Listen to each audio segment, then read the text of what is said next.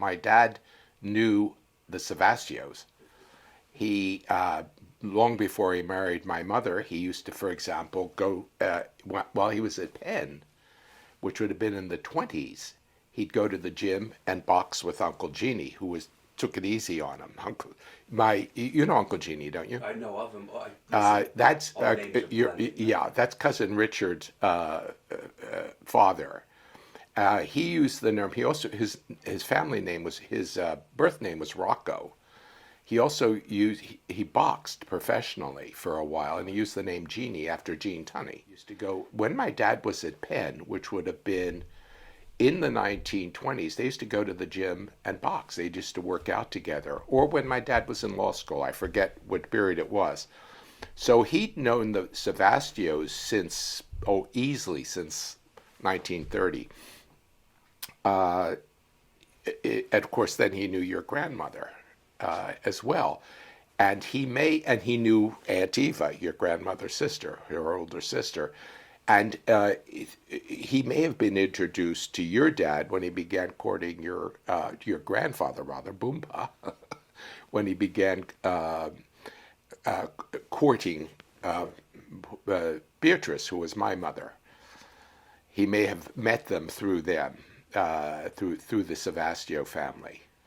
But that's when he met both your grandmother and Boompa. I guess when Boompa began courting your grandmother, They met Dorothy. about marriage. Families knew each other. He knew the family and was very fond of them. He used to eat over there. You know, your great grandmother, Christine, was a terrific cook, and I've often heard about her and her generosity as a hostess, and that's your grandmother also had that same quality as does your mother. And you know. my mother's middle name is after this Christina person, Linda Christine. Yes, Dustin is and my found daughter Noelle has the middle name Christiana. grandma I Boomba. would see them probably 6 times a year. When my dad went over, they would invite him.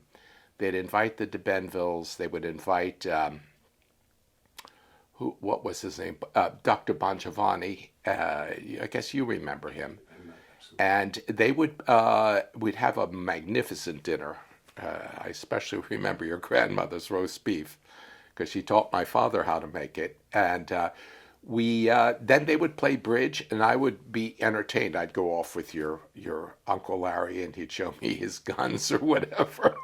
Yeah, let me just open. This is a book that belonged and is inscribed by your grandfather, Lawrence J. Accione, Hold on. which he gave to my father, and my father then in his handwriting noted that he received it August 20th, 1935. The Italian sculptor, which gives you the autobiography of Benvenuto Cellini, which gives you an idea of their kind of topics they discussed. Cellini was the sculptor. This is the Medusa's head, which illustrates on the frontispiece. And the book was published in 1927, so I would suspect that your grandfather had it for a few years before giving it to my father, and it was an important part of his library. And as if you look through it, my father was an inveterate underliner and marginal notes. He was a very active reader. You'll see it's underlined throughout many notes. They were both interested in very much the same topics. One was Italy, of course, the love of Italian art, Italian music. Some of the most vivid discussions I remember when I was a kid, and I was at your grandparents' house, were my father and your grandfather arguing over whether Caruso or Mario Lanza was the better singer. They seem to have reached a consensus that Lanza had the natural gifts as good as Caruso's, but that Caruso was the better trained voice. I mean, but they would talk about this, and I would listen. I was very attentive to that. Another topic in the 1960s that I recall they're talking about and somewhat disagreeing on, Luigi Barzini was an Italian journalist who wrote a book called The Italians, and it's a wonderful study. He was a very a journalist, about the Italian character and whatnot. Your grandfather thought it was too harsh a criticism. My father thought it was just right. Now, he had lived in Venice, or he'd go to Venice every year, and of course, he'd been going to Italy since 19. I think his first trip was in 1938 when he went to our hometown in Pianella, his father's birthplace in the Abruzzo. And my father thought, this certainly is a good indication of the Italian character, and it wasn't as, how should I put it, as favorable as your grandfather would like. But these are the sorts of topics they talked about. They talk about painting. They talk about music. They talk about politics occasionally, and on the whole, as all my visits to your grandparents, it was edifying, a very comforting and welcoming place. I mean, there were occasions when your grandmother, for example, I remember very vividly. I think I was in the sixth grade, and your grandmother, my Aunt Dorothy, served as the hostess. I had a party that for my birthday, and I had many of my classmates over. And your grandmother very graciously, because my parents were divorced, my mother wasn't around, served as the sort of the chaperone for the group. We went first to a movie, and I remember it was Ava Gardner was in it, and I think it was called, I think it was Ivanhoe, but I'm not certain. And then we went to a restaurant place on Chestnut Street. I think it was called Schraff's. It was a very popular place for ice cream.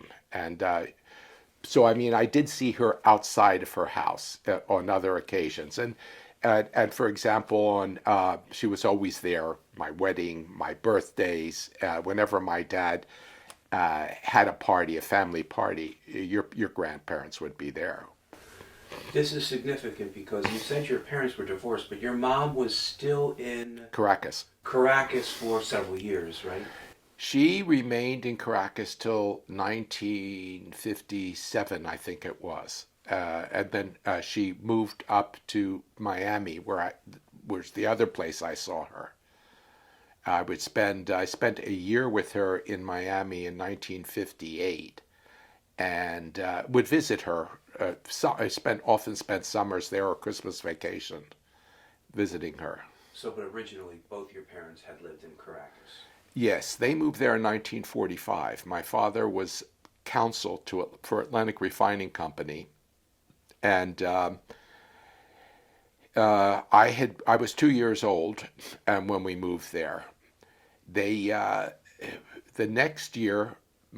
My mother was pregnant with my sister Beatrice Linda, and moved up. In fact, stayed with your grandparents. I think she was in the basement. It was a very hot.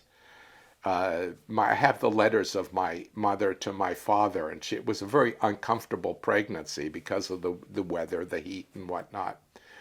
And but she stayed with your grandmother so that in those days, you didn't know whether you were going to have a boy or a girl, but if it was a boy, they didn't want it subject to the Venezuelan conscription, their draft. It turned out to be a girl, so the procedure was unnecessary, but they wanted the child born here in this country.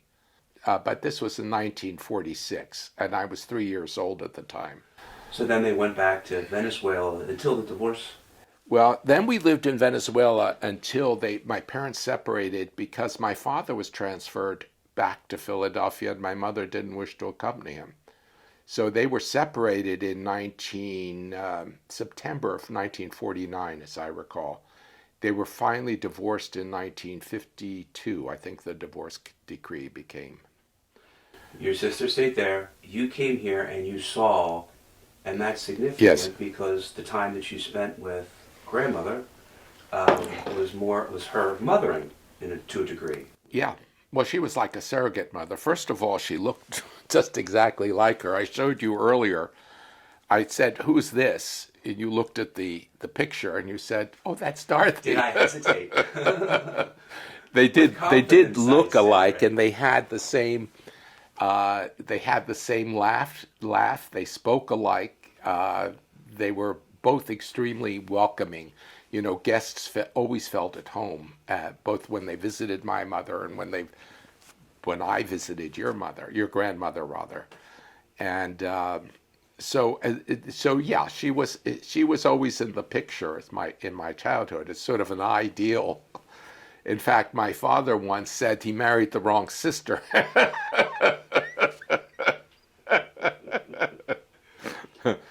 So, what type of role model was she to you?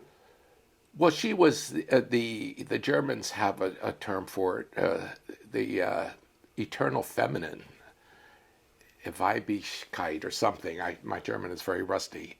She was the sort of a refined model of what a woman should be. She was definitely a model of both behavior and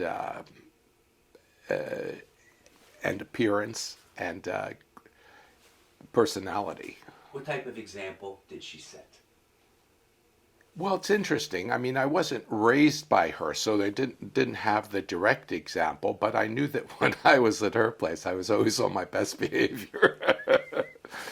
You know, you're simply because everybody acted that way, and so you were indirectly assuming, learning a role, so to speak, of you know how one deported oneself in polite society.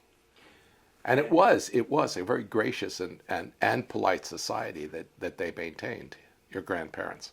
Well, he was my godfather when I was born in 43. And I remember very clearly back in the 60s, I was floundering after college. You know, I was wondering what I should do. I had done a stint in the military, and I was still yeah, undecided. And he must have sensed it because he invited me out to lunch one day, and there was a restaurant called Sebastian's, believe it or not, on North Broad Street. And he said, "Could you meet me there?" And I said, "I'd be glad to." And when we met, he said, "I always make it a point to invite people to lunch at restaurants that bear their name." So And he had a good sense of humor. he had a wonderful sense of humor. And we sat down, and he very gently steered the conversation to, you know, what we wanted to do, futures. And really it was him, I realized later, he was operating in his godfather role. And he took an interest in me. You know, I don't know if I resolved anything as a result of that, but I certainly became aware that there were other people that were concerned about my future and what I should do other than my father. And What did that mean to you? well, in retrospect, it means even more than it did at the time. At the time, I thought, gee, this is a great occasion. I get to talk informally with my uncle. But now I realize how important that was. We always talked. One of the characteristics of his was that he'd speak to you seriously. You know, my father could do it with other people, but with me, there was always that tension, the father-son tension, always teaching you lessons. But with your grandfather, he would just try to find out, not necessarily agreeing with you. In fact, we disagreed on several issues. You know, I was young and a firebrand, I suppose, and he was the wiser head. But we would talk. There was a party at your mom's, and we were sitting outside the house on that porch they had. We were eating something. I think it was a sort of an outdoor cookout, and we were talking about. I was talking about stuff I really didn't know enough about. I guess I was in college or just outside of college, and we were talking about birth control. And I remember It was new then. Right? yeah, That was a yeah, new phenomenon. I was certainly advocating it, and perhaps we got onto the topic of I said, you know, it makes a lot more sense scientifically, and he replied with, you know, you take the Italian cook. She doesn't know the chemistry of the food, but she knows how to make it. And I remember that remark because people can do things without understanding the theory of it or in any great scientific detail. But somehow or other, that remark stands out that he made to me. But it was indicative of how he would be, he would take you seriously. And which is to say, he could rebut it too, but he would listen to you, which is How old very were you? important. Yeah. I was I in my 20s. I was probably about, I think I was just out of college. And you felt he spoke to you as an equal. Very much, very definitely. Without the hectoring that goes along with your parent. My father could speak to people as equals. In fact, I've met people that said, when I was a kid, I walked to your father and he was interested in what I had to say. But with me, he was always the parent. He'd always have to slip a lecture in there, which made it less effective. I do remember while they played bridge, I would be with your mother would be there, your Uncle Larry, and at other times when they were out of the house, when they were grown or they were away at college or whatever, I would occupy myself with your grandfather's library. And I remember one time I had a book by a fellow named G.K. Chesterton. He was a very famous English essayist prior to World War I. And he wrote a book called St. Thomas Aquinas, The Dumb Ox. And D-U-M-B. D-U-M-B. Dumb ox. Yeah, dumb meant that was mute. He didn't speak a lot, but he was a profound philosopher.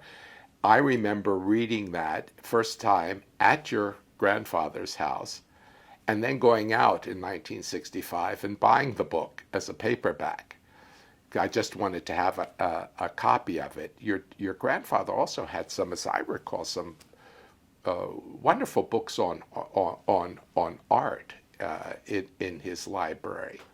But I mean, there was always something to do there, or we would go down to the basement and do something. The kids would be there while the adults were playing bridge. But there was a funny incident. I remember once your mother and I walking through the park. What is that park? Marconi Plaza? That's right.